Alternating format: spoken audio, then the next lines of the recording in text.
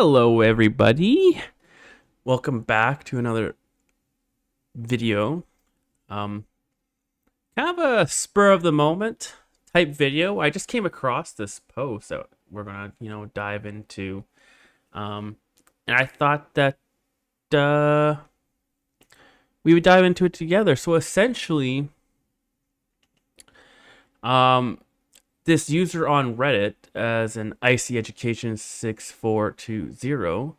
I'll hopefully I remember this. Put this in the description if you guys want to check it out yourself.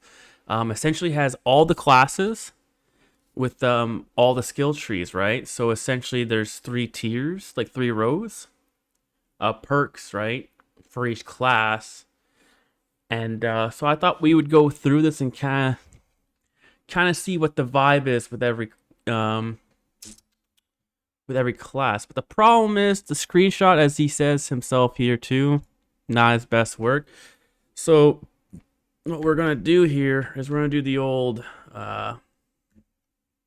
zoom method here, so we can kind of get a good look at each of the classes. And as you can see here too, essentially every level you get with a specific class is going to net you a perk, right? So it goes from left to right, and you do that 3 times, right, until you hit level 25. So as you can see here, level 2, 3, 4, 5, and so forth, right? So we're going to start with the assault class here, because this is what he has as the first one. This is your jump pack guy, right? This is the guy that's hopping into action. I think his melee weapons are the Thunder Hammer, the Power Fist, and the sword, I believe. And he has the option to have the bolt pistol and the plasma pistol, if I remember correctly. This is just going to be an unedited video. Just going to be me pretty much rambling into the camera as we kind of go over all the perks, right? So let's just start out. I don't even know how long this is going to be.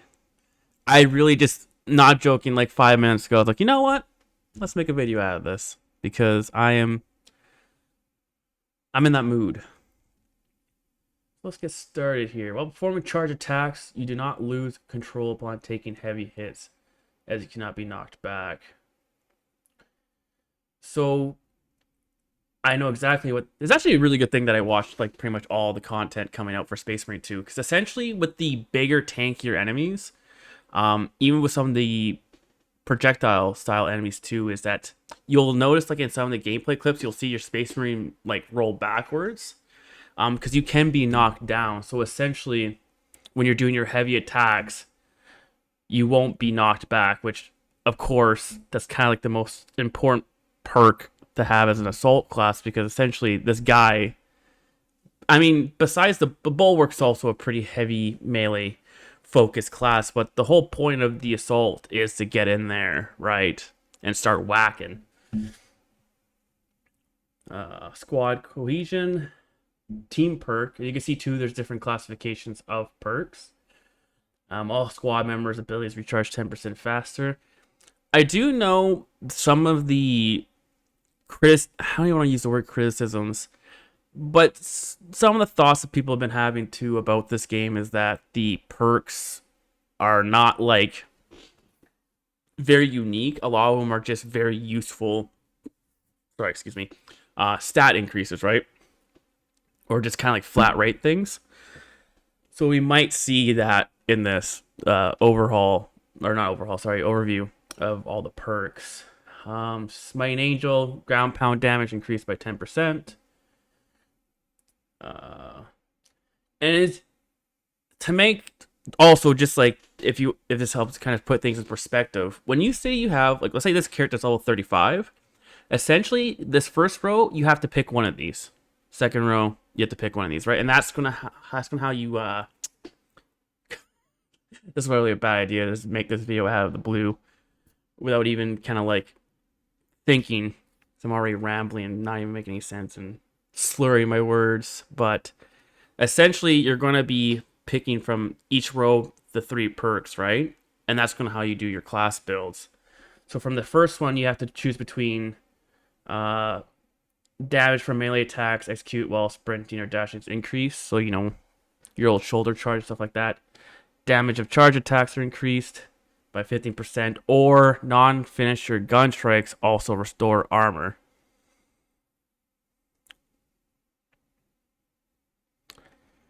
I feel like that's actually probably the best one. We're gonna have to see if it's gonna be like really heavily lenient towards obviously the higher level skill perks. But I mean, like, these are good, mind you, but as you guys probably could tell from the gameplay you've been seeing lately, is that like you want that armor constantly, right? And especially with a melee focused build. All right, I'm getting ahead of myself. Let's just go through the perks first, and then we'll kind of look at this later. All right.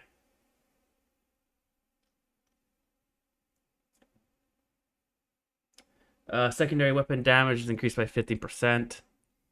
That actually might be the best one.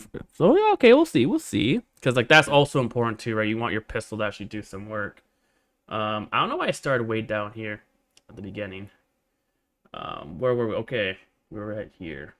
Wings of Flame, jump, pack, dash damages enemies along its trajectory. The only thing is too, like some of this stuff might not sound good, but once you actually get into the game, it might actually be a different story. So we'll have to kind of test that out. Pride and Duty. After finisher, ground pound deals 25% more damage for 10 seconds. That could actually be really good too, right? Get in there, do a finisher, leap up, and then boom. So that could be good. Any use of the jump pack reloads the equipped ranged weapons. And that's really good too. If you're constantly moving, you don't have to worry about reloading. So you could be very, very aggressive in that play style. Okay. Starting to kind of see how these things are kind of meshing together. So we talked about earlier, overcharge, damage charge attacks, 15%. As well too, if you guys want to pause the video at any point and kind of go over it yourself, perfectly fine too. If I'm going too fast, I might be too slow. You know, feel free to hop around to the different classes. I'll try, if I remember to, I'll try and put in some timestamps that actually goes between each of the classes, right? So if there's a specific class that you want to see, let's just hope a future me remembers that. If not, you'll be able to skip pretty easily because you'll see the class right there. Retribution. After you're grabbed or knocked back, you deal 15% more melee damage for 10 seconds. See, that's going to be really hard to... Like, it happens when you get knocked back, but I feel like I don't think that's worth taking over, you know, just having that flat damage increase, or even the level 19 perk, right? Killing 15 enemies in rapid succession restores equipment charge by 1, right? Because like equipment charge, I'm guessing is in the terms of the jump pack, right? Because I believe you get 2 charges. So pretty much what this means is like, as you kill a shit ton of more enemies, one cooldown 180 seconds. Yeah, so like, yeah, this one's a real hard sell for me, to be honest with you. Melee damage increases by 15% against Majoris. Sorry if I'm butchering that. Or Extremis. It just means major or extreme level enemies, which is a really good one, actually, too. Shit. Actually, this row is a real hard one to choose between, because that's really good to keep you in the fight. This is just, obviously, if you want your assault to be very, like, Very focused, because like the thing about the assault class is that they can move around the battlefield, right? So if they see like these high level threat enemies, right, like major targets, having this helps against like where they can just focus on taking those type of enemies out, right? While like say your heavy is taking out your smaller, lesser Tyranids. Sorry, Jesus Christ, I can't even talk. Tyranid, foes, or even the level 20 perk where it says enemies hit by melee attacks take 10% more damage for 3 seconds. I wonder if this is just applying to you specifically, or this is just for everybody on your squad, right? Because especially this could be good for, this could even be better than the 12 uh level 12 perk, in the sense where like you get in there, you smoke them, and then again like your tactical throws that thirst skill, right, where marked enemies take more damage, and then your heavy's laying down fire, right? So I wonder if it stacks like that. So I'm curious to see how many of these perks kind of like interchange wise, right?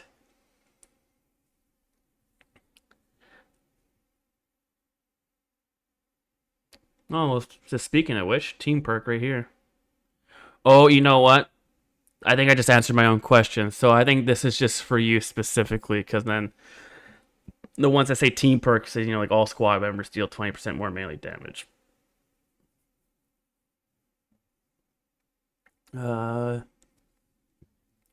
After a ground pound, you do not lose control upon taking heavy hits. You cannot be knocked back. This is just really good if, again, you're jumping around, right? You don't want to be getting knocked out, knocked back, and then you get swarmed, and then you're dead, right? Uh,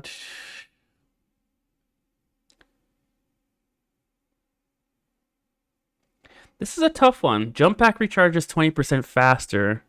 This is not even in the.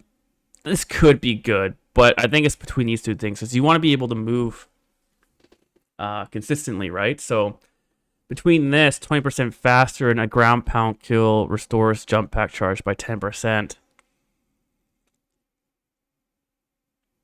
But if you kill, like, if you land into a, this might be better. Because if you land, let's say you land into like a group of 10 Tyranids, does that mean you got a full recharge just like that? So you just keep, hopscotching around in the back? Like, so I'm curious to see how balanced this is.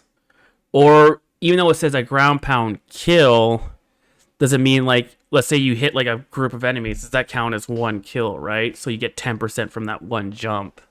So you have to see, because this might be completely busted in that case. Unless it's like I just said, where it's like a group of enemies counts as one kill. Fully prepared ground pound deals 20% more damage, but preparation time increases by 20%. After perfectly timed dodge using a jump pack dash, you deal 20% more damage for 5 seconds.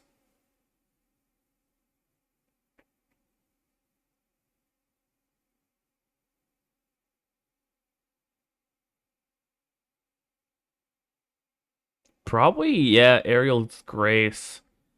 Even because like this applies to you time this with your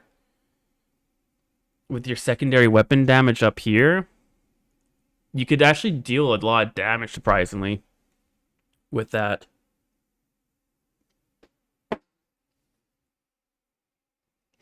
Jump pack. Leap deals damage to all enemies in the takeoff area. Meh. A perfectly timed dodge using a jump pack dash restores jump pack ability.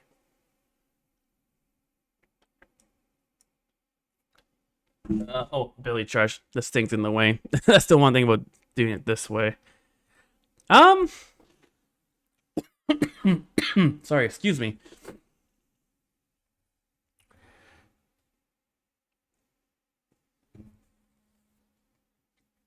Oh, I even see it broken down like this to a core, team, and gear.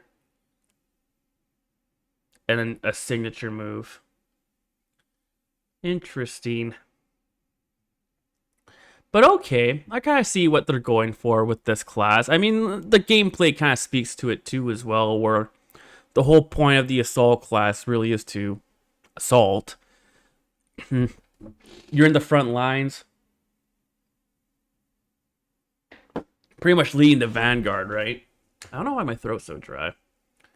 But yeah, that's assault. I could start to kind of see what I would pick in the sense where I know I do 3 for the first row, 1 for the second row.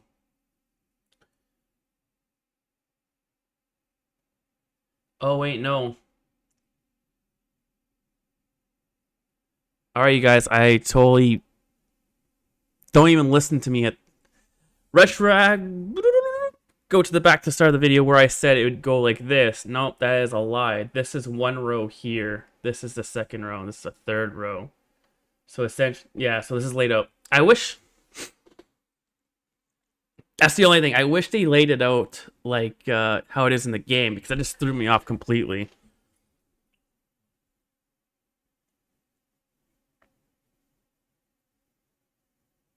Oh wait, no, never mind. Am I right? Okay, no. Sorry. Now I'm gonna walk back what I just said. Just thinking about the layout. No, that's still how it works. Yeah. Okay, I'm dumb. Sorry. Yeah, because it's number 10 right here. Yeah. So yeah, so 3, 1. I want to say 2.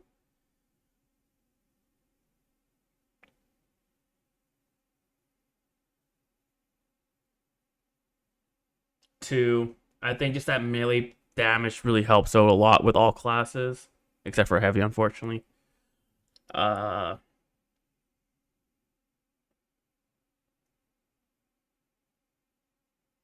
I probably do 2 as well for this one as well, especially because you don't want to get jumped in a swarm, right?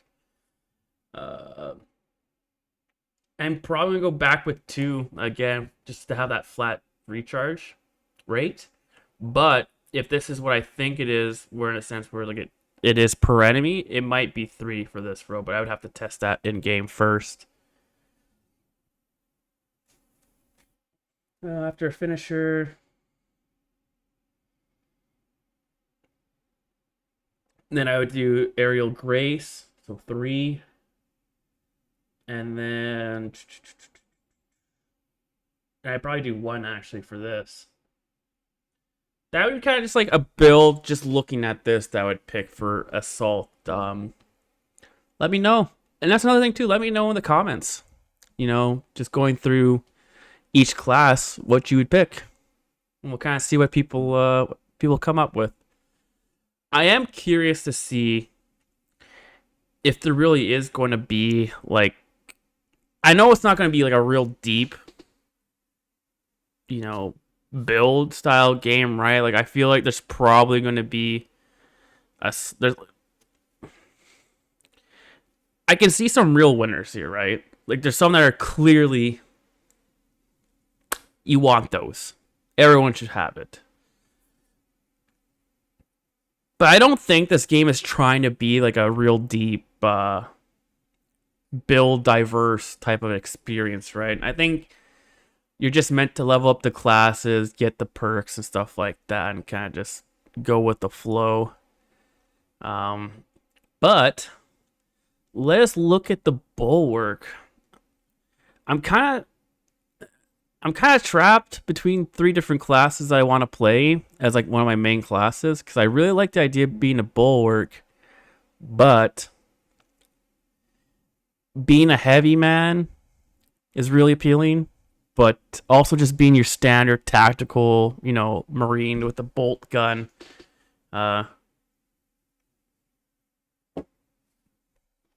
is also very appealing to me. I think this guy's going to be my Death Watch character too, as well. Not Death Watch, sorry. Black Templar. But let's see what we got here. And you know what? Instead of going down this way, I think we're just going to do row by row because it just makes sense that way too as well. When your armor is fully depleted, you take 25% less health damage for 5 seconds. Okay. Perfectly timed parry deals area effect damage with a 5 meter Marius, okay. After shield bash, melee damage is increased by 25%. Wow. So those three already sound very good.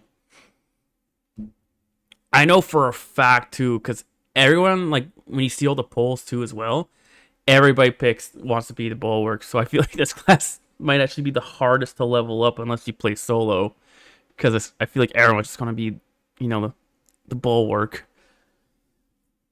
So that is one thing I don't think people have really talked about. Because you can only have one of each class, right?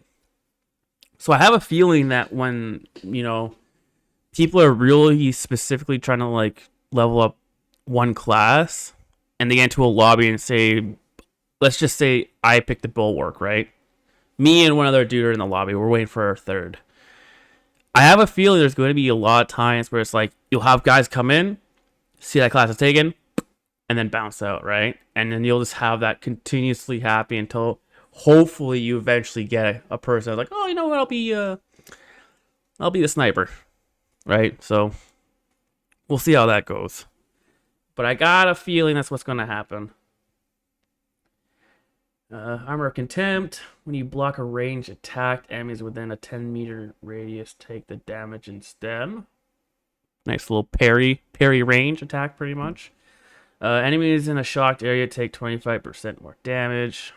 If you're surrounded by 5 or more enemies, you take 20% less damage from range attacks. That is very good. Essentially, you don't get sniped as badly. But I do like this pretty much deflectability too as well. It can be really good. So that's pretty much a good crowd control perk, right? Get rid of all the smaller Tyranids. Defensive advantage. A perfectly timed parry creates a shocked area for 5 seconds cooldown. So you can pair these two, eh? Depending how good your pairing skills are. But apparently it's not too hard in the game.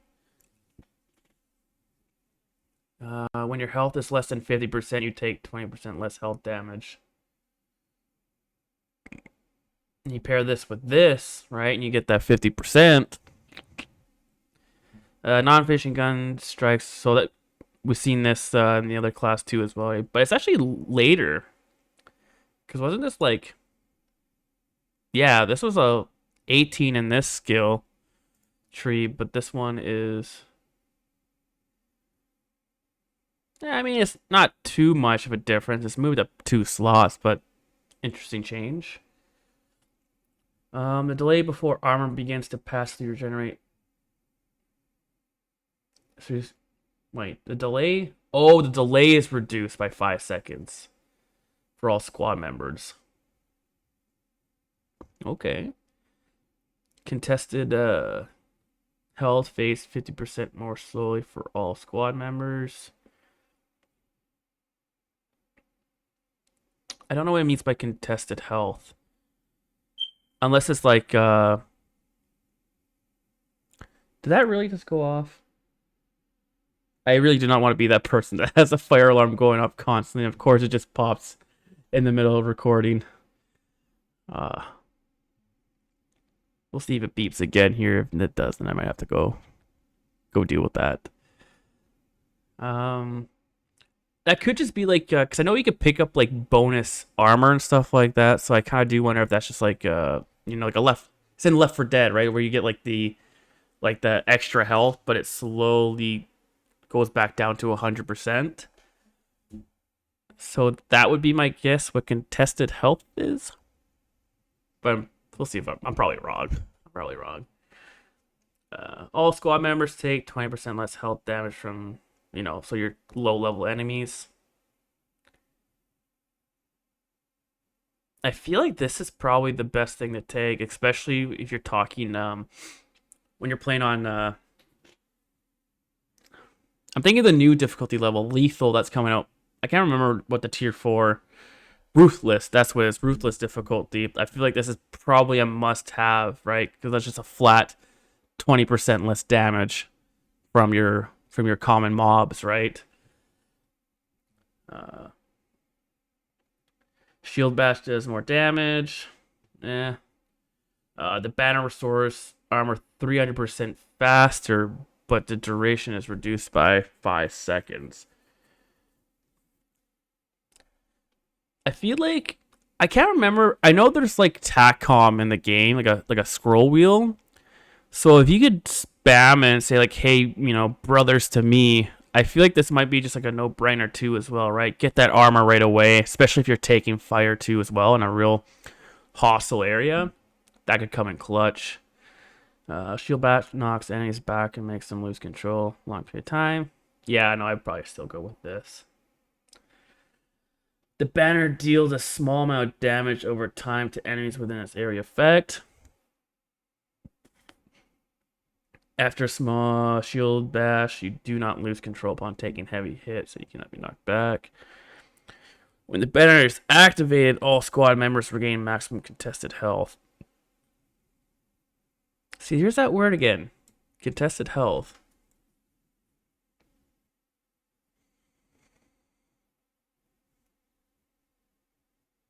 Hmm.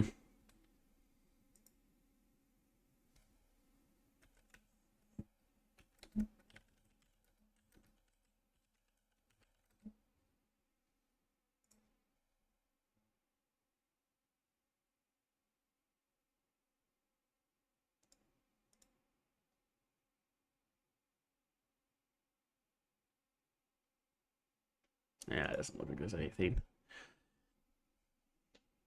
Where were we? So yeah, there's a few terms here that I'm not quite familiar with, even after watching like all the gameplay footage. I've probably seen it, but just haven't like put two and two together. When the banner is activated, it revives incapacitated squad mates within its area effect.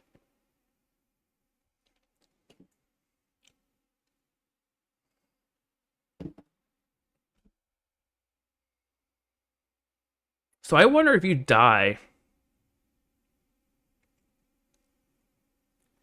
if your body's just there, eh? Because I know, like in the old, like in the previous game, you just disappeared and it was a respawn timer, right? So curious to see how that would work.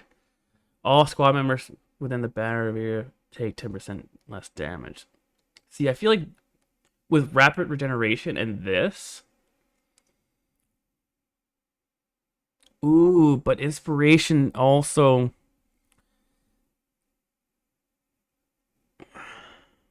I feel like inspiration might. The bulwark's got some really good abilities. When your armor is depleted, a reserve shock grade automatically detonates at your position. And you see if you pair this again with the. If you really want to do a lot of shock damage, you can. You could do a shock build.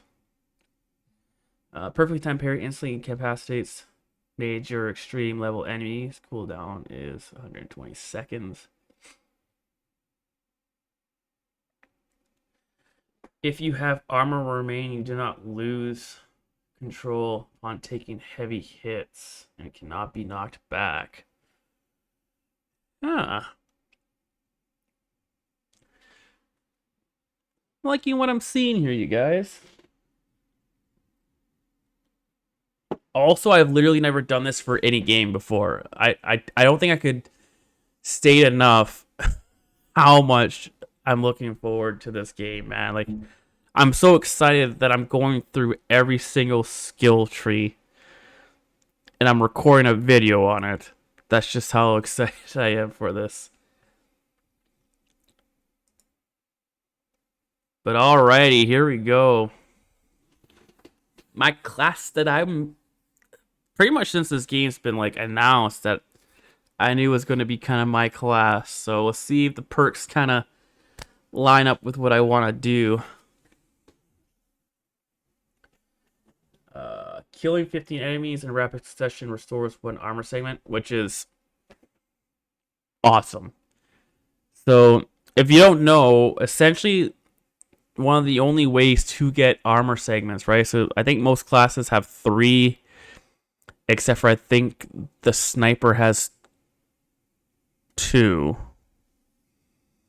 And there might be, I think there's 2 classes that have 2 armor segments and the rest have 3. But essentially, the only way to get armor is that you have to execute. Oh, of course, this... 1 second, guys.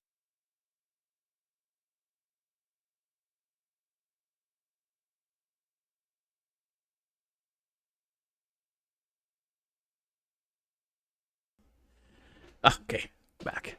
Essentially, the only way to get armor segments back is through executing enemies, right? So the fact that the heavy can essentially just sit back, especially when you see like the real heavy swarms come at you, and you could just start just mowing them down with your heavy bolter. That is awesome. Killing 5 or more enemies with 1 shot from the multi-melta restores ammo by 1. Okay, so this first row has 2. This is obviously specifically for the heavy bolter, and then of course it literally says in this perk that it's for the melta rifle, right?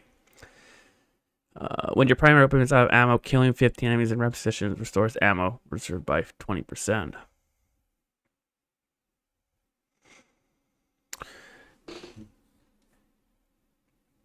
And I do wonder what rapid succession means. Because they don't tell you anything about the time, right? Like, do you have 5 seconds? Do you have 10 seconds?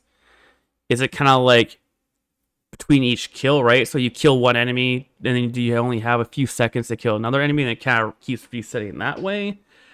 I am curious to see what the time limitation is on that, because though this can be really good, I think this might be the clutch one for, again, the higher difficulties, where obviously having armor segments is really important, but you can also get that through just executing enemies as well, right? And I've seen solo heavy gameplay where they were able to get in and still execute enemies and not die, right? And I think ammo is a bit more important in that sense. So I think this might be the winner for the first row, because there's going to be times where like there's not going to be ammo crates, right, to get ammo. So being able to roll out your bolt pistol or your plasma pistol, and get some of that ammo back, right? I think it's kind of a no-brainer. When a ranged weapon is 50% overheated, damage is increased by 15%. Health increased by 20%. When in a heavy stance, dealing damage restores 50% more contested health, but you will not be able to move.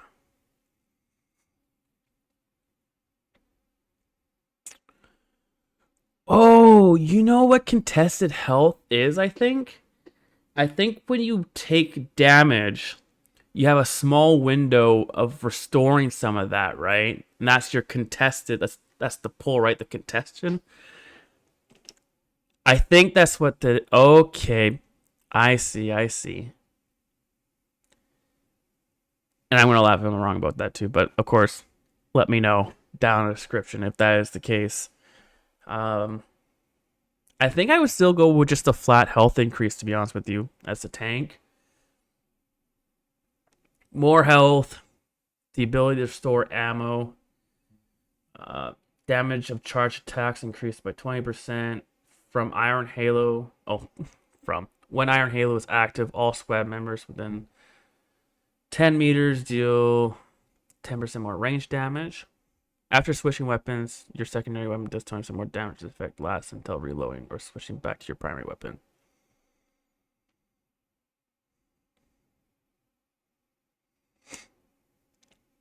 I think this would also... Because if you're running with a party, right?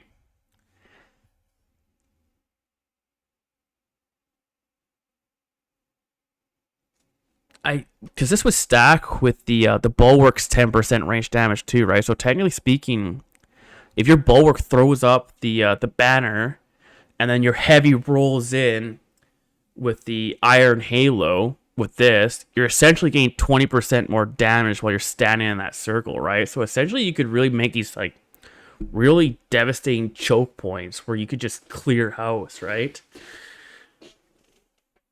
But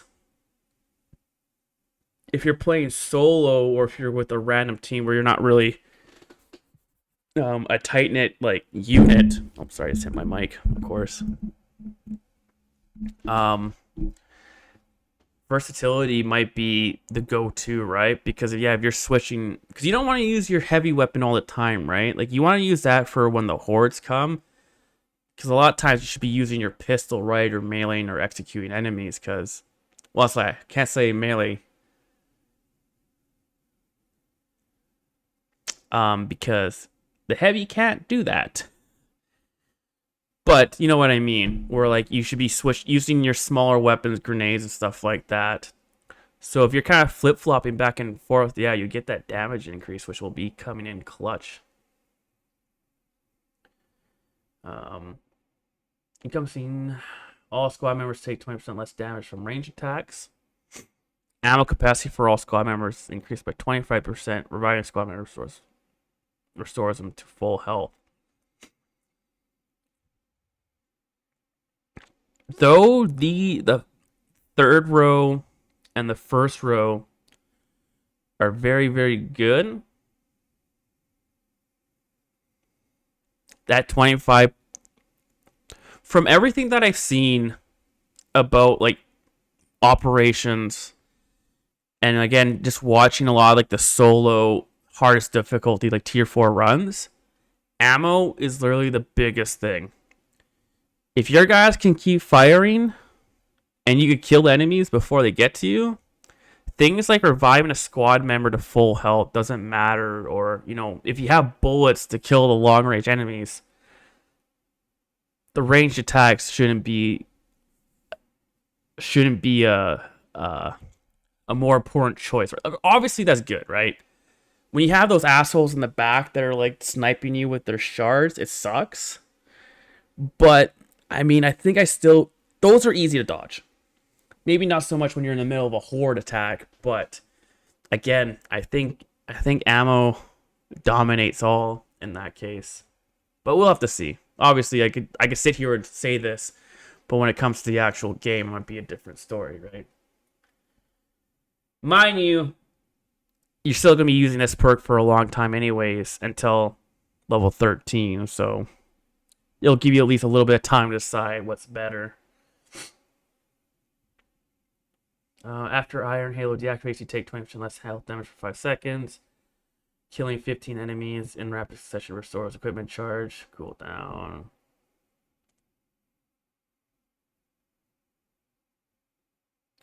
This can really help out in terms of being able to spam your Iron Halo, right? If you pair that with dealing more damage and whatnot, it could be really good. When Iron Halo expands all its energy, one armor statement is restored for all squad members. Whew. That right there. These are okay. This one could be pretty good, but this right here, again, if you're able to keep having armor statements fill the slots like in multiple ways, that's how you survive, right? On the higher settings. So that's a really good perk. Iron Halo's durability increased by 20%. Iron Halo recharges 20% faster, but its durability is reduced. Yuck. 50%. Sorry. I think durability is probably the way to go with that. Again, I say things like this, but obviously don't take it as fact because, for example, this 15% more slowly could be like the best thing in the world because maybe the time, like the duration is more important, right, than the health. Maybe the Iron Halo durability is pretty good right out of the box, right? So that might not be the case when I actually get my hands on the game, but just kind of going over just what the description is. Yeah, durability. Reviving a squad member fully restores Iron Halo charge. When Iron Halo is And cooldown range damage increases by 15%.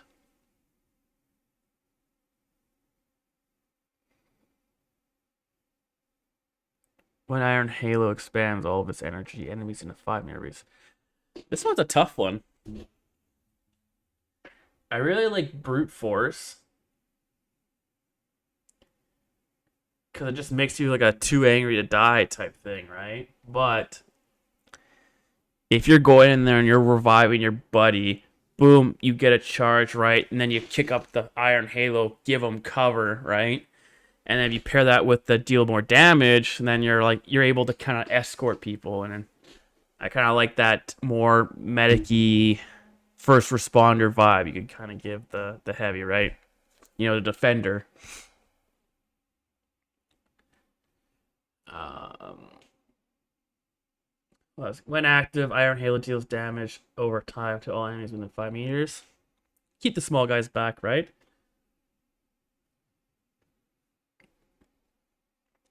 If both your squad members are incapacitated or grab, your primary weapons will not overheat. When Iron Halo is active, all squad members within 100 meters regenerate.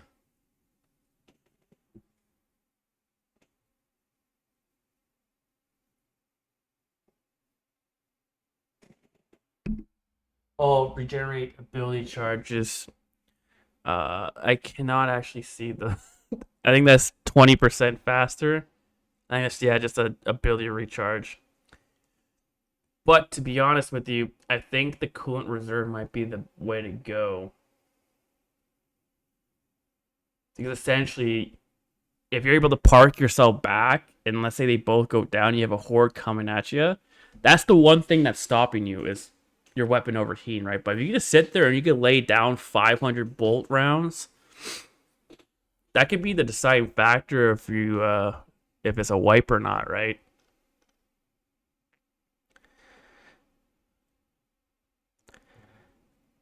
I know some guys were kind of shitting on the heavy, especially for the fact that it can't melee. But I'm really liking what I'm seeing in terms of perks here. It looks real good.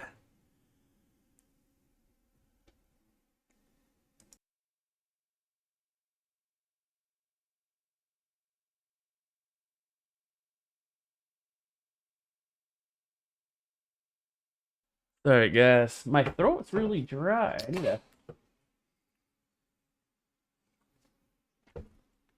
I need a drink. But yeah, no, that's the heavy. Let's move on to the Schnipper.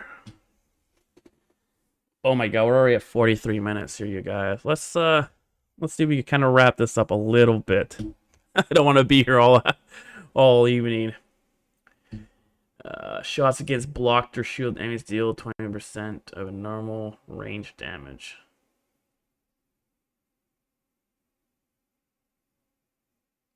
Oh, it's kind of like an armor piercing style round. Okay. Melee damage increased by 10% against.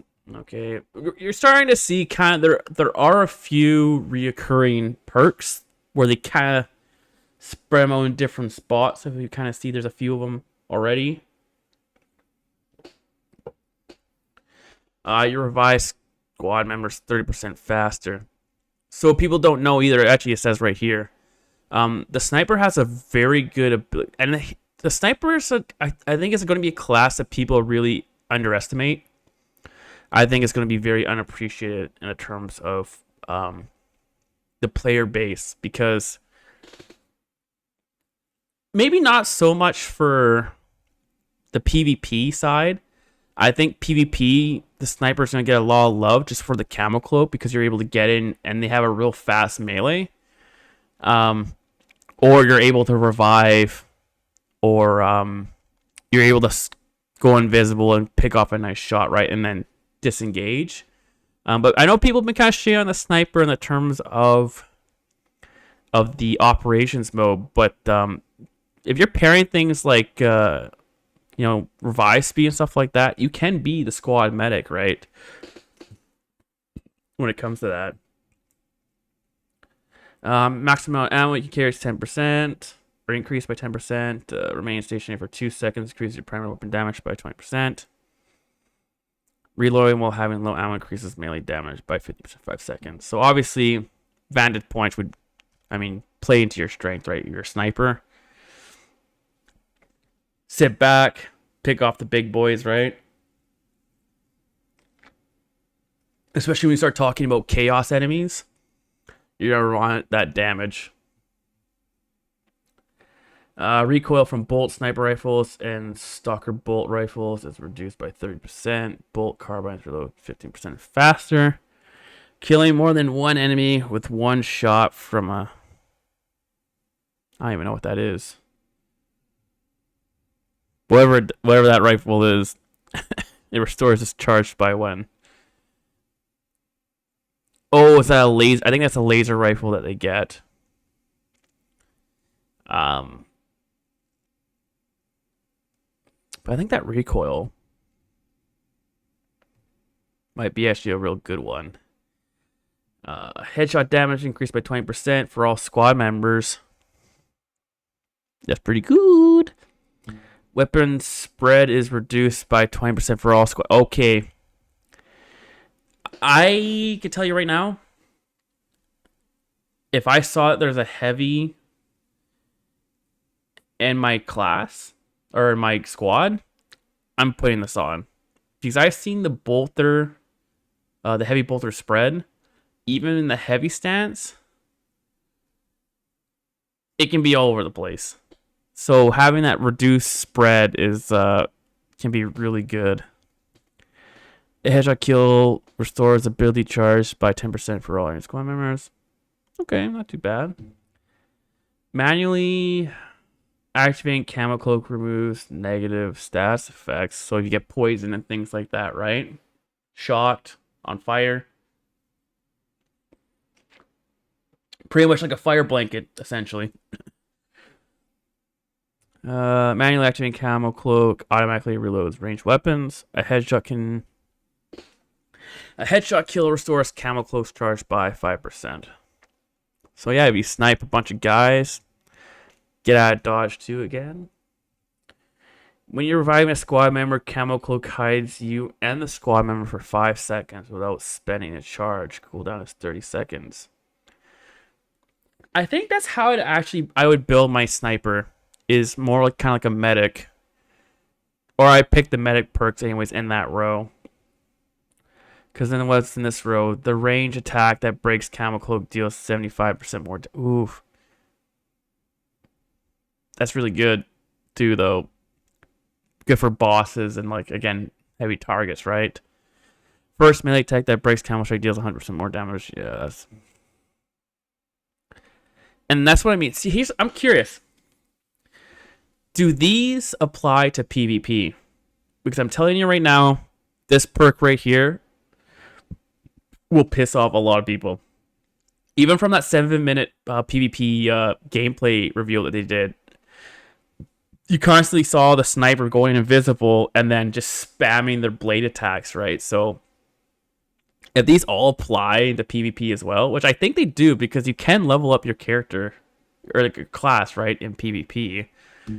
And also, a little fact for you guys, if you want to level up a class fast, you play PvP. Because unless they change the XP values after like all these previews that went out, because you got like 1300 XP for a decent game that lasted like, 5 to 10 minutes.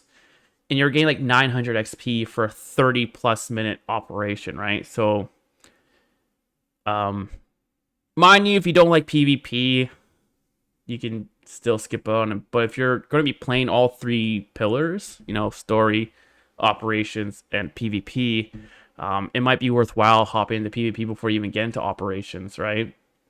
Just to get all these perks, essentially. So when you do play, you can just hop right in, right, and have all these awesome abilities. But I still have to, they're being pretty coy about a few details still. They haven't really talked about, so I'm curious why they haven't come out and kind of just described everything for us because fuck, we don't even know if this game's 30 or 60 FPS at the time of recording this video. I was just watching no, not watching. I was just reading their latest post because people were asking about console performance, right? And they kept saying like, "Oh, no, we'll talk about it later." It's kind of sketchy, man. What do you mean talk about it later? Makes me a little worried because if it is 30 FPS, that sucks. Because I mean, like how far we are into this console generation, right? Mind you, of course, you're gonna get the PC guys who are like, "Oh, let's get a PC." I do have a PC, but all my buds are. Oh no, that doesn't matter. I guess. Fuck me, I might buy a PC copy. We'll have to see because I forgot that there's crossplay on all platforms. Reason why I was about to say like all my buds are on PlayStation 5 is because for a while it was kind of rumored that there wasn't going to be any crossplay with the PlayStation 5 crowd. It's just going to be Xbox and PC, but all my buddies are on PlayStation 5, right? So I was going to just buy the copy there, but that might not actually even matter because I think it is, yeah, all 3 platforms. Anywho, let's get back into this. One camo cloak deactivates, you take 20% less damage for 5 seconds. After performing an attack that breaks camo, you remain hidden for 2 seconds. When camo cloak deactivates,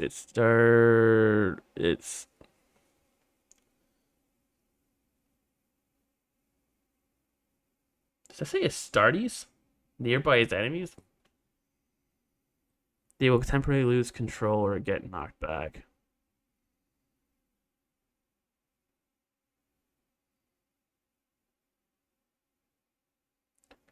I don't know. I'm having a massive brain fart right now, guys. Sorry.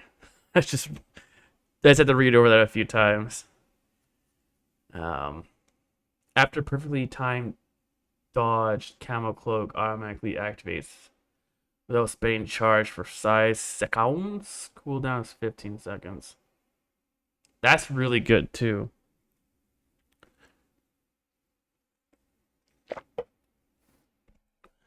When you receive lethal damage, camo cloak automatically activates without spending a charge, and you become invulnerable for 5 seconds. Performing 4 consecutive headshots restores equipment charge by 1. Cooldown is 180 seconds. These 2 right here are really good, but I do like this emergency override a lot. Again, I know people have been kind of shitting on the sniper class, but from what I see here, the sniper can be a really important sorry, that was really close to the mic. A really important part of your squad composition, to be honest with you. Especially if you want to play him.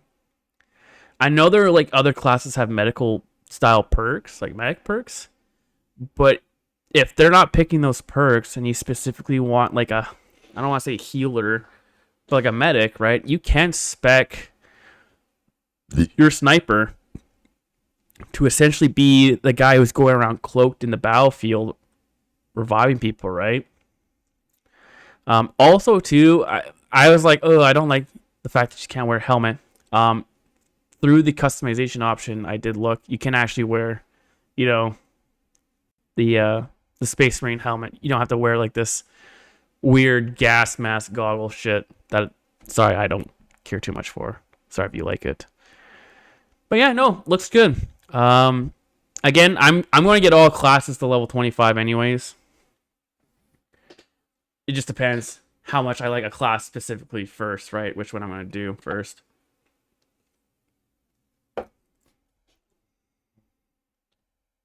Who we got next? The tactical. Your be-all, jack of all trades, Space Marine boy. Let's see here. This one I'm already kind of meh about. Your primary weapon deals 10%, but your secondary does 10% less. That sucks. I hate perks like that because you want to be switching between both, right? But that's like the first perk you get with this class. But I guess if you get some more ammo related perks down here, I guess it could be not too big of a deal. When the plasma rifle is 50% overheated, its damage increases by 30%. Bolt weapons penetrate one more enemy. I like that. After a perfectly timed dodge, you do not lose control. So that's another one of those. After a gun strike, range damage decreased by 25% for 5 seconds. By the way, these gun strikes, you're going to be doing a lot of them. So essentially, you're just gain a bunch of extra damage consistently. If you're in the shit, mind you. Not because if you're hanging back, this won't be too much. But if you're like in the fray, constantly parrying and stuff like that, this essentially is just more damage constantly. After switching weapons, your secondary weapon does 20% more damage. This effect lasts until reloading. I think you would, if you pick this, you essentially have to use this tier. Which, to be honest with you, I probably would use anyways, because, again, as a tactical, you don't have the biggest weapons and the strongest weapons, so you're going to be switching between your two weapons quite a bit. So just having that 20% extra damage, it's just a nice bonus, right? After a finisher, the equipped ranged weapon reloads automatically. That's actually really good, especially let's say you got only a few bullets left. You go in for the execution. You don't have to wait those few extra seconds, right? Start firing. Recoils reduced by 10%. Killing a major or higher enemy restores your primary weapon's ammo by 1 magazine.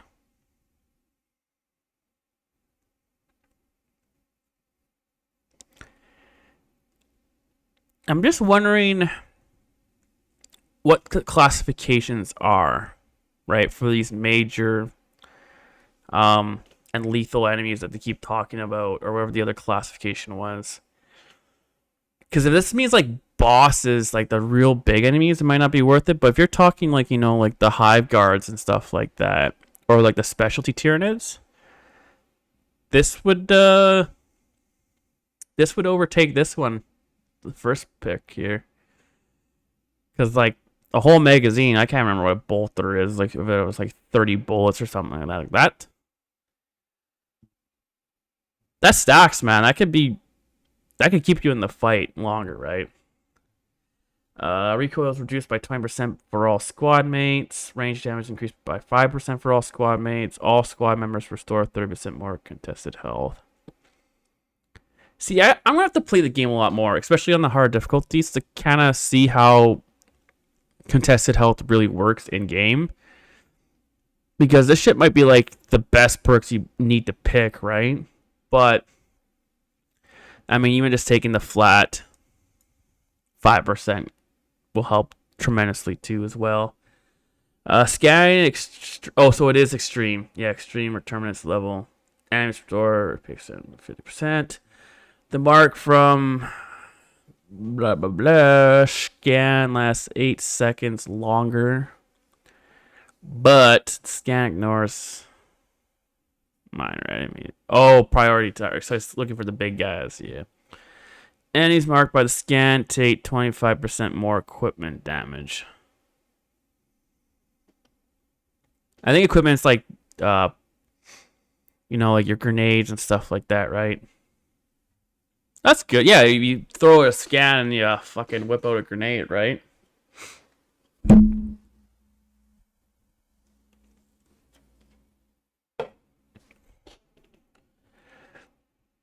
Perfectly timed parry gives the parried enemy a mark.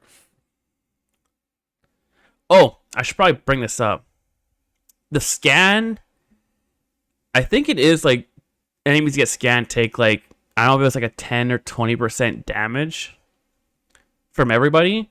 So essentially, when you're marking enemies with these perfectly parried counterattacks, you're marking it for your whole squad, right? So when they see that target lit up, essentially that means like, hey, shoot me, I'm going to take more damage. So that can be a really good one. Scanning 20 enemies with one scan restores queen charge by 1. Enemies marked by the scan take an additional 75% damage. But the scan's radius. Oh, you know what? I think it might be 25%, right? So essentially you gain 100% more damage, but the radius is reduced by 25%. When the scan is in cooldown, melee damage increased by 50% against minor enemies. Enemies marked by the scan take an additional 100% damage, but the mark's duration is reduced by 4 seconds. So you only have 4 seconds and you get 100% damage. I don't know if that's... Enemies marked by scan take an additional 100%, but they lose the mark when they leave the scan area.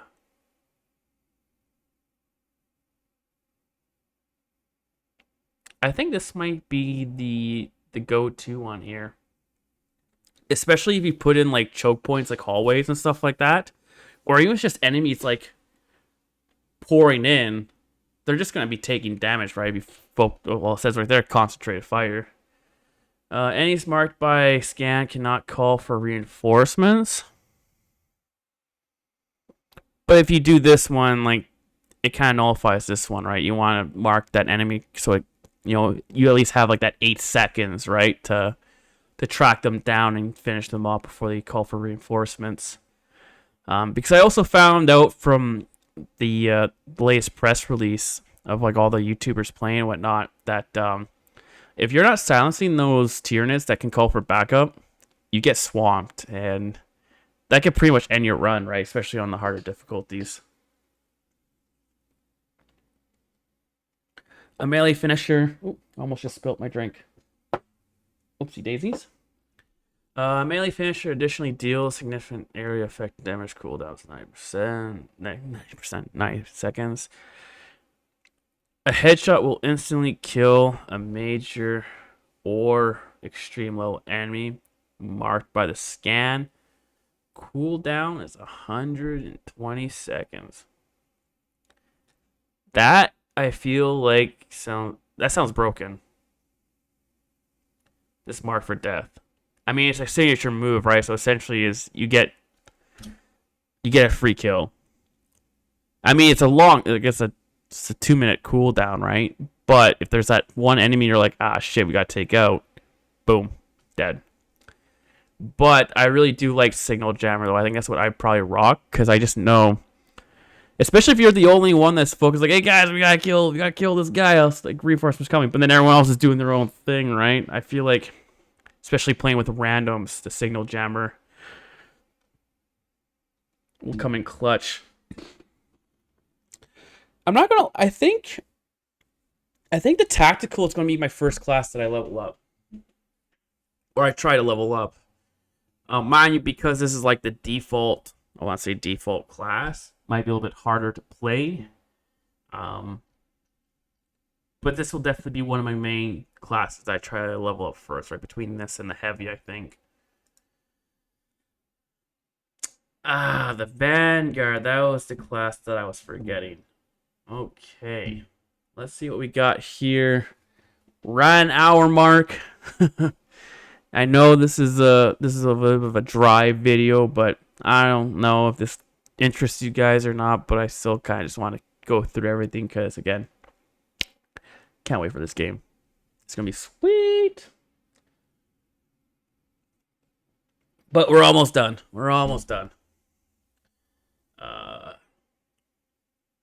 Vanguard, slow thing to boat. This is one of the other classes that only has the 2 armor bars. So it's a little bit more squishier than the other classes. The ability is the grapple launcher. So essentially you just grapple onto something and you fucking pretty much glide to it and you just boot it. You just do a big ass drop kick. It's pretty sweet. But let's see here. I feel like though this like closes distance, I kind of want to say this feels like this is like the weakest ability. But I'm probably wrong, to be honest. Was it this class? Oh, no, it was. Never mind. I remember seeing this really awesome play. There was a bunch of Tyranids on the top of this, like, flat hill, and his vanguard was down below, right? He grappled up into the middle of the swarm that was up here. He threw a mine down, jumped back down, and then blew him up. It was super sick, super smooth, and he like took out a whole like small swarm. That was awesome. So with the Vanguard, you get to do cool shit like that, right? Though again, the class is pretty squishy, so you have to be very careful how you position yourself. Let's get through this here. Each melee attack you land reduces the range damage you take up to 50%. If you do not land a melee attack for 3 seconds, the effect ends. See, here you go. Why don't these other class perks say this, right? They say, oh, I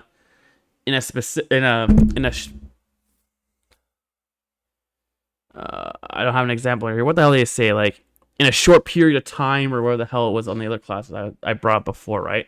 This one actually tells you 3 seconds. So I wonder if that's kind of like, I think actually what my example was, like, you get a kill, you have 3 seconds, kill, 3 seconds up to like, 15, right? So you get like your armor recharge. So I wonder if that's actually the default time is 3 seconds for these type of effects. Melee damage increases by 10% against major level or higher enemies. Perfectly timed parry or dodge. You do not lose control, so that's that perk again here. This sounds actually probably the best one, to be honest. Like, you're just constantly, with the grapple hook too specifically too, you're always moving. This is probably the more important one. Perfect parry windows increased by 50%. You take 20% less melee damage, but 10% more range damage. I feel like, especially with people saying that the parry window is very generous as it is, the moment your armor is fully depleted, you take 50% less damage. I think, yeah, definitely close combat focus. I feel like that 10% is worth the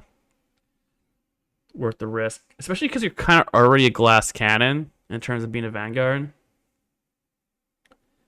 After you are grabbed or knocked back, you deal 20% more melee damage for 10 seconds. Killing 15 enemies in rapid succession restores equipment charge by 1%. Sorry, 1%, Jesus, by 1. Cooldown is 108 seconds. When your health is less than 50%, your perfect dodge window is doubled. Probably taking that double window for the dodge. All squad members deal 15% more melee damage. Melee finishes on extreme enemies. Additionally, restore a small amount of health for any squad member. All squad members can restore ability charge by 50% by finishers. Those 3 are all very good. I don't even know which one I would pick. I feel like that melee damage is just really good. But having more ability charges, right? Faster, yeah. That'll be a tough one. There's some good, I think all these classes have really good perks. Surprised, I haven't really seen like a weak link really yet here with all this. Oh, they're calling the drop kick a diving kick. Okay, so that's what it's actually called. After a diving kick, you take 10% less range damage for 10 seconds. Diving kick additionally deals damage in a 5-meter radius. Diving kick additionally deals a small amount of damage to enemies on the way to the grapple launcher's target. Performing a finisher with a grapple launcher deals a small amount of damage to nearby enemies. After killing 15 enemies in rapid succession. Oh, so here you go. Rapid succession. Does that mean like 3 seconds or less between each kill, right? That's what I was kind of getting at before. Diving kick damage is increased by 25% for 10 seconds. Enemies hit by a diving kick take 50% more range damage for 10 seconds. And that kind of plays into the whole Vanguard thing, right? Where you pick that high value target, you get in there, you fucking... See, I'm just a little lost on this, because, like, you have team perks, right? And you have class perks, but some of the class perks have team elements in it, right? But they specifically say team member or squad members, right? So when I see this, I feel like this only applies to you, right? So you can't just go and kick a high value target and then have everyone, do that extra damage on them, right? But I could be wrong. After a perfectly timed parry or dodge, you take 15% less health damage for 3 seconds. That's really important because you don't want to get brapped if you're in Instrumental Swarm, right? Because you're always, hopping in and out. When grapple launcher is in cooldown, weapon damage increases by 10%. Grapple launcher recharges 20% faster. Performing a finisher with the grapple launcher and restores its charge.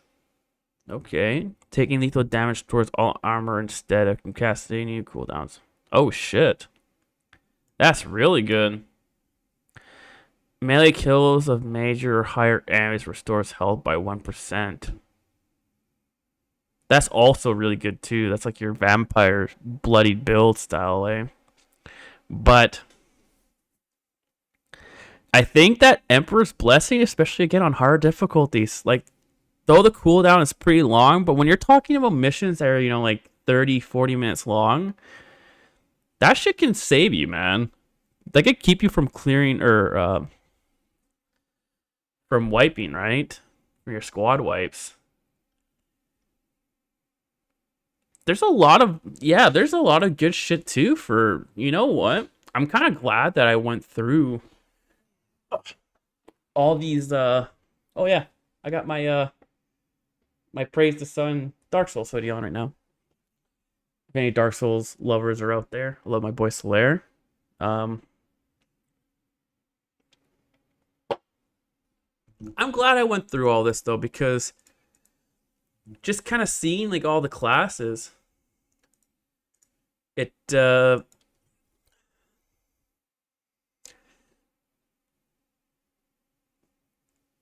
it's kind of just made me more excited, I think, just seeing how awesome everything sounds. It doesn't really sound like there's probably going to be classes I prefer or that the community prefers, right? So I do think, again, the sniper's probably going to be at the bottom of the list. But that doesn't mean it's going to be a bad class. I think it's just going to be a class that's just misunderstood. What are people saying here? Yeah, so this, as I said at the start of the video, 1 skill per row, and you lock the first column. So it's 5, 10, 15. 15 perks for each class.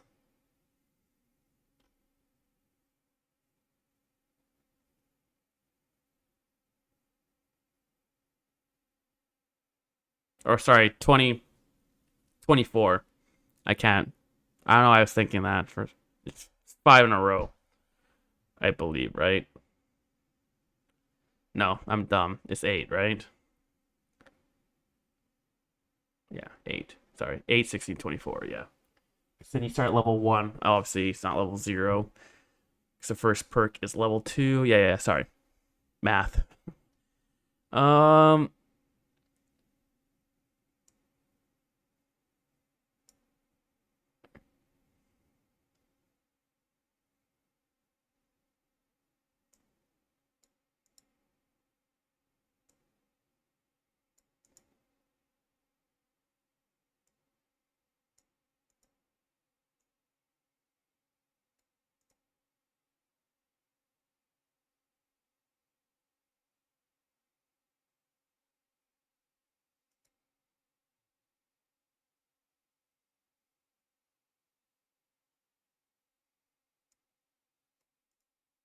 I don't know what he means by this. If you activate perks in the opposite way, you could effectively have 3 signature perks.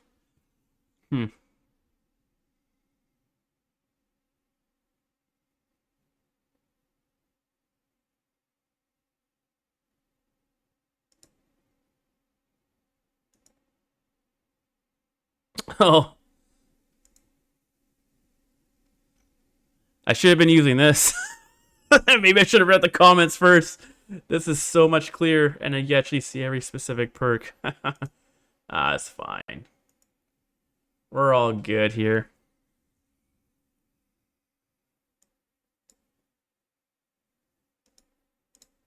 But yeah. 354. I don't even know what video this is.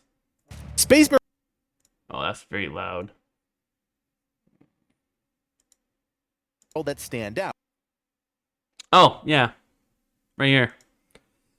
So this is actually a perfect example of what I was trying to say, right? So you'll have...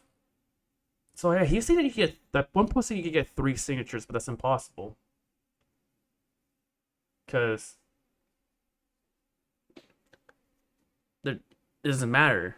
You only get to pick one. But yeah, so you go across this way, right? So you'll level up. We'll keep leveling up. Boom. So level 2, 3, 4, 5, 6, 7, 8, 9. And then when you hit level 10, you'll do this. Boom. Until you land on that final row. And essentially that's gonna how perks work. And here's another thing too as well. I know people, the rule cool is how these type of games work. But you have a very finite amount of resources, right, to spend. And essentially in the early parts of the game, you can't have it both ways. So I would recommend people they focus on buying perks and weapon upgrades first. I think you might actually say in this This video. is a decent semi-automatic sidearm that deals enough damage to be effective and features an average rate of fire and excellent reload speed, making it solid across the board. This is a weapon you'll see available across multiple classes, which means shared progression as part of the overall weapon system. We break down the various progression systems in our armory video, so check that out if you want a deeper dive. In terms of a melee weapon, Tacticals have access to the Chainsword. This is a... No, okay, he doesn't. But yeah, I would recommend focusing on weapon perks and class perks before you start diving into to the different successor chapters and unlocking like those paints and stuff like that. Because I mean, you can buy the cosmetic stuff first, but essentially you're just going to be playing catch up when it comes to being able to buy perks, right? So it's that trade-off. I mean, that's perfectly fine, right? If you want to be like, I don't know, like a Black Templar or a Salamander or whatever, right? Not going to stop you, right? I want to be the Raven Guard. There are a few of us out here, right? The Raven Guard. But I don't really know if I want to spend the resources getting that chapter unlocked, right? If I'd rather buy, perks instead. So we'll see. I know a lot of people hate the Ultramarines because they're, the poster child and whatnot. I don't mind the Ultramarines. I don't mind playing as an Ultramarine for a little bit while I get my stuff unlocked, right? But I think that's gonna be it, you guys.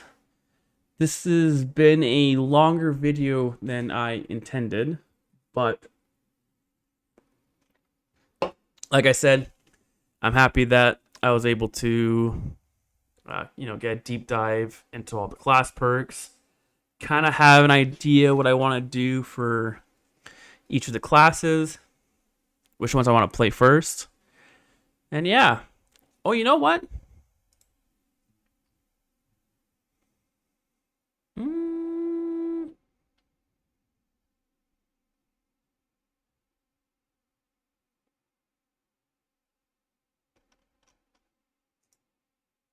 They must have the...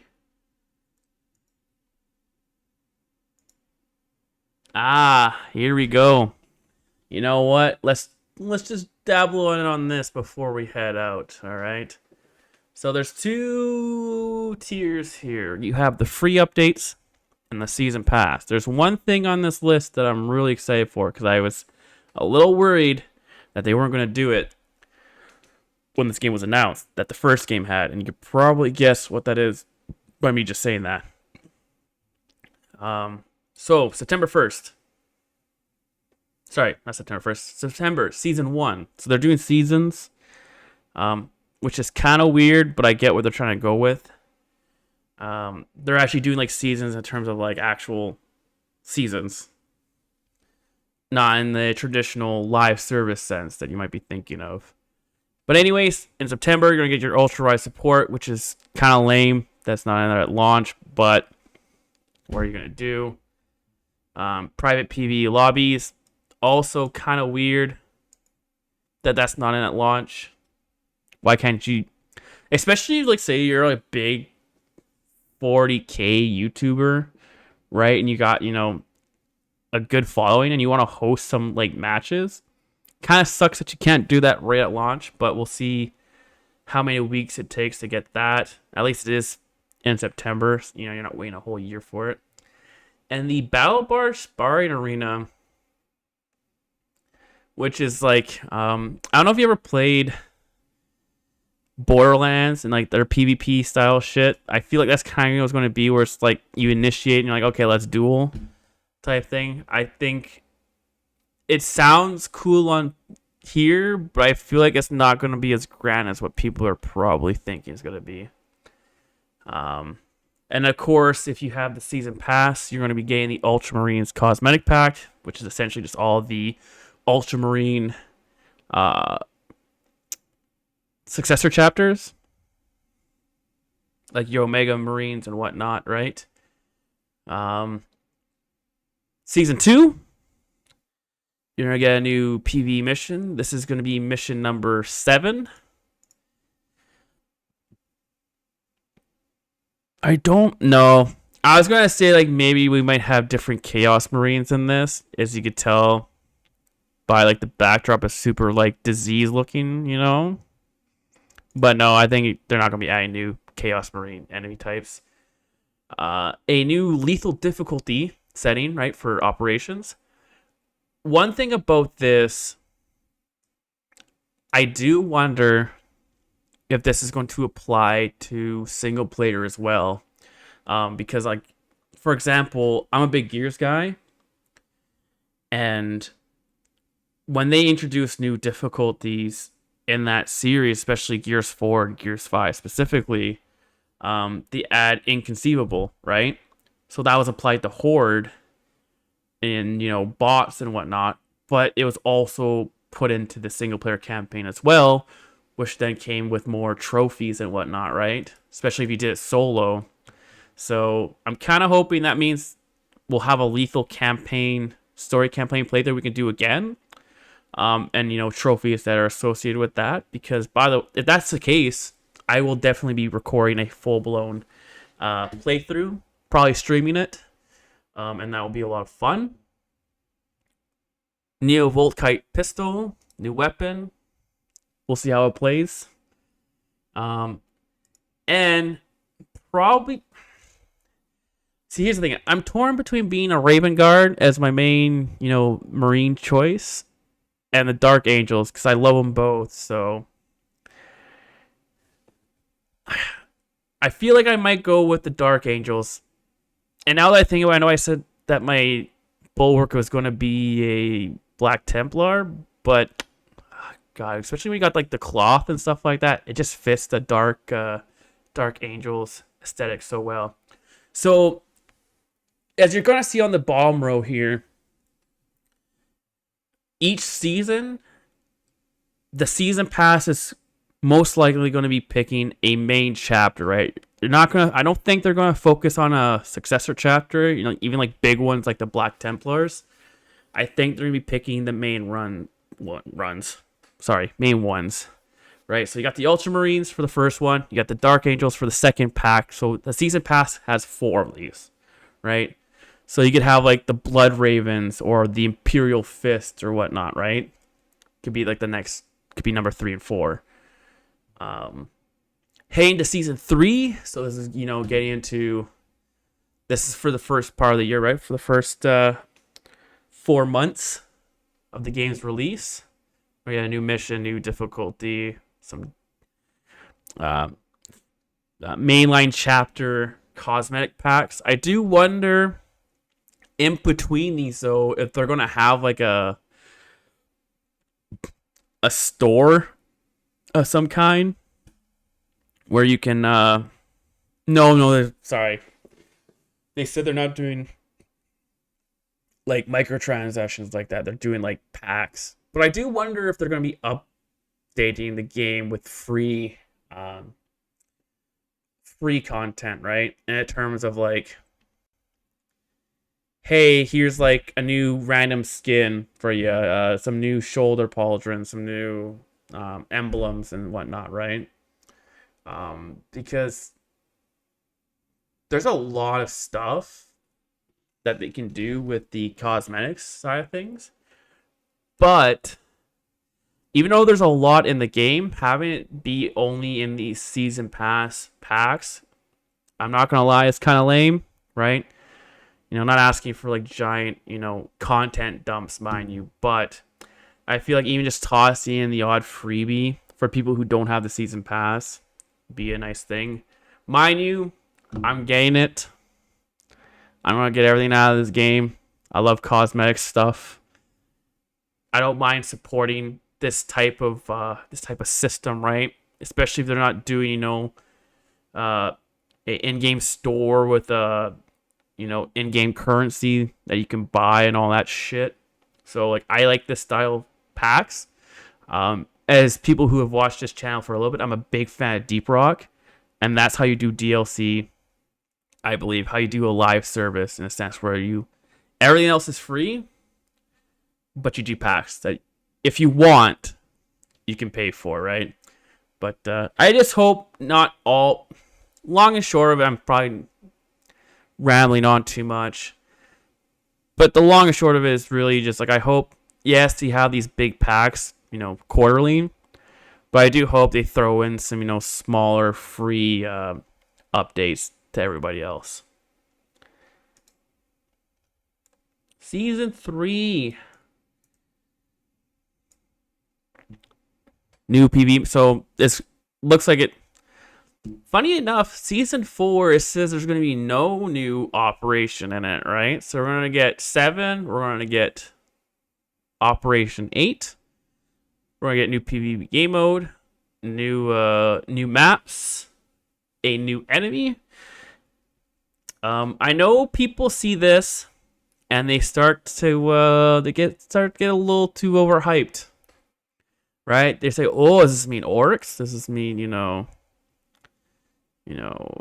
new chaos chapter, whatnot?" Right? No, I am willing to bet 100%, no doubt, that this means just a new Tyranid type. Or a new Thousand Sun enemy type. They are not going to make a brand new faction, right? Especially if they're only adding 2 new PvE missions. They're not going to add a new enemy type, right? Just doesn't make any sense. They're going to want this new enemy to fit in with all the operations, and probably... This is a good question. Will these new enemies be put into the campaign as well too, right? And if you pair that with the lethal difficulty, does that kind of add some replay value to the story, right? To the campaign? So I'm curious how they implement that. But that's 100% just a new enemy type with the Tyranids and the Thousand Suns. 100%. PvE prestige ranks. So obviously they know everyone's going to get level 25 by this time. Or the hardcore players are anyway. So I wonder if this is just going to be, you get a badge, right? Kind of like how Deep Rock does it. I bring up Deep Rock a lot, but Deep Rock, you get, there's like 8 ranks, like 8 style badges you get, like bronze, silver, gold, platinum, again, legendary, blah, blah, blah. So I wonder if that's what's going to be. Or are there actually stat increases too? Can you make your Marine even stronger, right? For lethal difficulty. Who knows? But I think this is probably going to be more of like a cosmetic thing where you could show off that, your prestige, kind of like Call of Duty and whatnot, right? And then the Battle Barge expansion. I know there's a few decks on the battle bars, so I do wonder what that will entail. And of course, you're gonna have another, chapter. Will get a champion pack, cosmic pack, weapon skin pack, right? Just like it doesn't show it here, but the if you pre-order, I believe it's a pre-order bonus, you do get the Ultramarine Champions weapon skin pack, which makes your chainsword and bolter blue and gold essentially. So, uh-oh.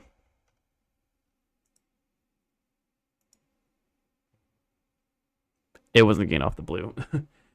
So essentially I think every class essentially is gonna get a skin pack like that. Yeah. Champion pack. But while you'll have like your main focus, it doesn't say it here. This might just be the angels. But with these ones, it says another chapter will get a champion pack. So kind of curious that these two don't have that. But the big thing that I'm personally looking forward to, and if you remember when we started this part, is that I was worried that this game wasn't going to have it. But of course, that is the Horde mode. And with this game's AI and the swarm technology and whatnot, having a Horde mode will just add so much replay value, especially if they add maps like they did in the first game where they had like map packs. Like, guys, I'm gonna have like, this is probably gonna be a game that I have another like hundreds and hundreds of hours in like Deep Rock essentially. But you see a new enemy type here. Sorry, not a new enemy type, a new enemy class. For the two that are in the game, again, I think a lot of people saw that and got a little too excited and started running with it. And a new weapon. And we don't know what that weapon is, but with how deep and vast the 40k universe is, it can literally be anything.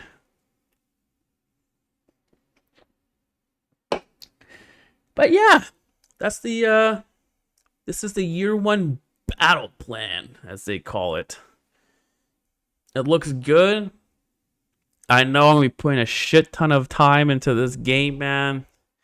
We're getting so close, as you can see. Right now it's August 28th as the time of recording this. And oh my god, is it an hour and 30 minutes? This is a long video, and I know it's a dry one, but it's definitely more of a informative style video. So if you kind of want to get all your information in one video, here you go. But the day cannot come soon enough, you guys. But I'm tired. I'm up past my bedtime as an old man. But yeah, I think I'm gonna leave this here. But I will say this. I am definitely going to be recording lots of Space Marine 2 content. If that's something that interests you, feel free to subscribe, like the video, and there will definitely be more Space Marine on this page. Mind you, I'm not a big 40k nerd. I'm not some lore channel like some of those I've been following lately that are really, really good. But if you want to see things like, PvP matches, playing operations on the hardest difficulty, or like I said earlier too, like when it comes to lethal difficulty, I'm still torn between if I'm going to wait till this comes out to record my playthrough, or if I'm just going to do a solo playthrough at launch anyways and record that, stream that. I don't know, but I'll probably have a full playthrough on my channel here too as well. And yeah, no, if you're a big 40k guy, yeah, look forward to that, because I'm going to be probably uploading a lot of 40k stuff in the next little bit. So if you're looking to me to do anything else, I'm sorry. I have a feeling that Space Marine 2 is probably going to take over the next few months of my life, and that's okay, because I waited like over 13 years for this game. The funny thing is too about Space Marine 2 is that, no joke, probably maybe like a year before the reveal trailer came out, I was like, you know what, man? They really need to make a second game because the first one was just such a banger. I love third person shooters. How come they haven't done another one with the 40K license? Like, it's just such a no brainer, right? And I know there were leaks over the years and, people saying, oh, it's going to happen and stuff like that. But there's never anything really concrete, just kind of like rumor mill. And I know there's a couple YouTubers that had like a whole like crusade of like bringing it back. Don't know if that had any effect on it, but when I saw Titus, like when I saw the Space Marines drop out of that fucking onto that planet, man. What was it? Was it the Game Awards? It was revealed at, I want to say, and then Captain Titus. Well, I guess it's not Captain Titus. I mean, it's Lieutenant Titus, and he takes off his fucking helmet. And he's got the 4 studs now instead of the 2, and I was just like, no fucking way do we just get a sequel to Space Marine. And so,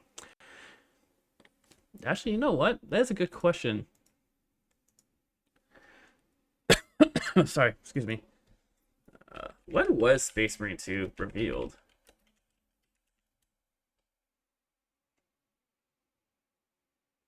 No way. Was it 2? Was it 2 years ago?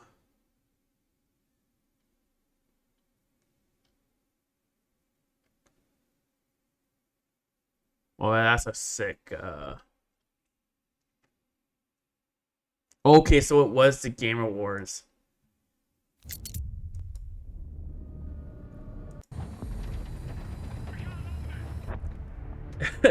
Dakota starts to support this action.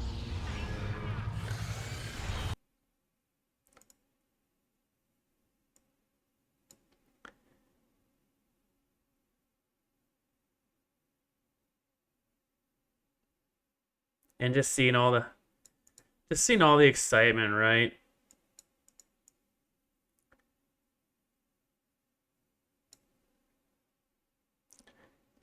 I can't remember like when you like, because with this trailer you don't know if it's gonna be a Space Marine game or not, right? It could just be a sick ass cinematic, and then it can be like an RTS, right? We've lost the square. We can't hold it.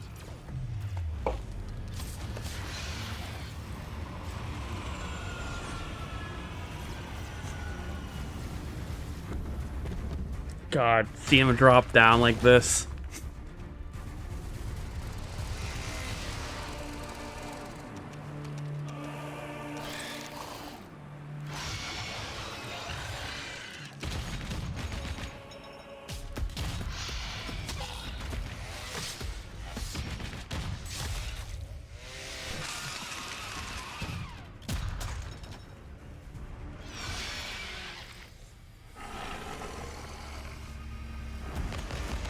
What an absolute Chad.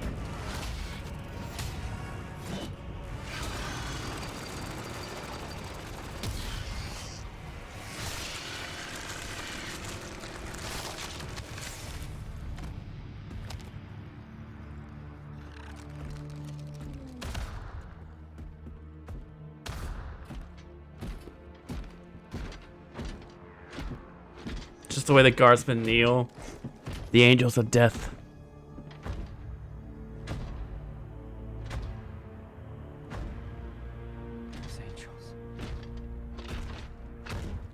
See, here's the thing. Like, he's kind of, like, dismissive in this trailer, but if you guys remember from the first game, he's, like, super... Like, I know Ultramarines tend to be more of, like, the good guys, but like, they're not salamanders, right? But, like, I felt like in the first game, I remember you saying, like, no, you guys saved yourself towards Guardsmen, like, stand. And they're very, like, he wasn't standoffish, right? So, like, kind of see him, like, dismissive of all these guardsmen right here. So I wonder if it's a different change in his personality after 2 more centuries of service. But just seeing this face, it was right here. Like everything before this, like the 2 minutes before this, right? It could have been like an RTS game. It could have been fucking anything, or it even could have been like an animated series, right? Who knows? No, never mind, because you saw Saber Interactive at the start. Never mind, you knew it was a game. But seeing this guy's fucking face, man, even before this rolled, I knew, fuck, dude, we got a Space Marine 2 game.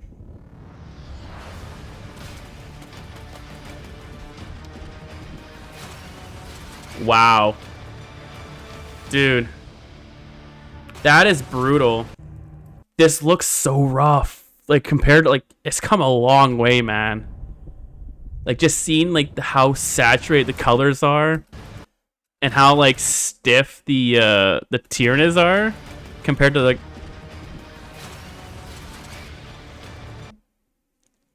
fuck, even, like, the armor looks like a baby blue. Like, it's funny just how, I mean, like, this was 2 years ago, so the fact that they had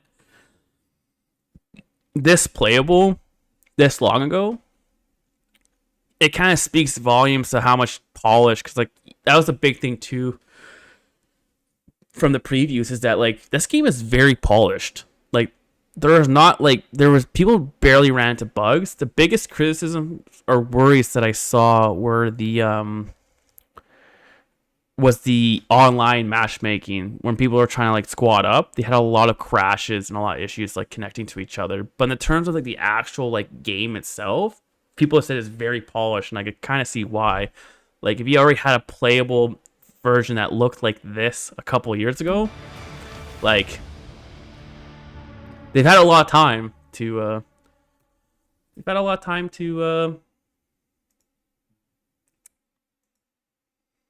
to polish and go over and kind of fine tune everything. So I do wonder how long this game has been in development for, because I wouldn't be shocked if this game was, like, 4 or 5 years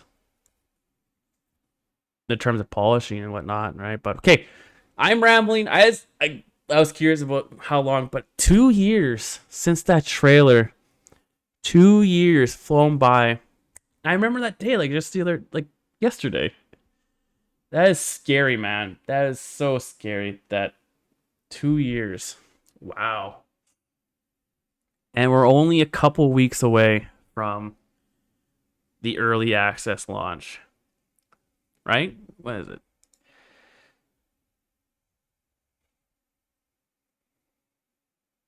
Wait. It's the 9th, right? That the release date. So we're 8 days away, because it's the Thursday, I believe, right? Is it the 5th early access starts?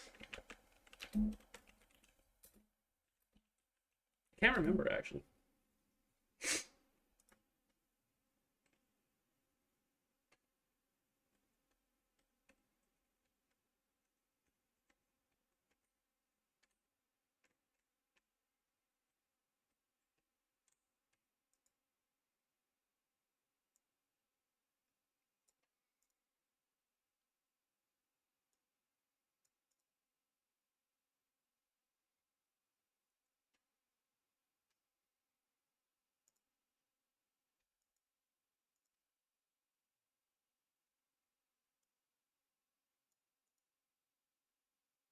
Okay, so it is September 5th.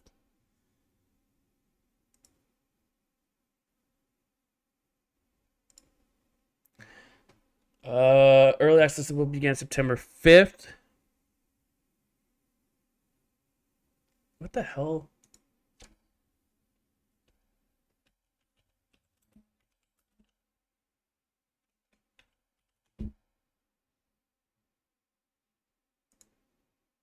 Sorry, guys. I'm like, I don't know this time. So I'm just going to embarrass myself. So it's 7 a.m. Eastern Standard Time on the 5th day. Oh, I don't have my phone on me. Am I working that day? No, I think I'm working the Wednesday. Oh, no, I think I'm working the 6th, actually. I gotta look into that. But, yeah. I'm gonna leave that at that, guys. It's kind of just... I don't even know what I'm gonna title this video, to be honest with you. This is just like a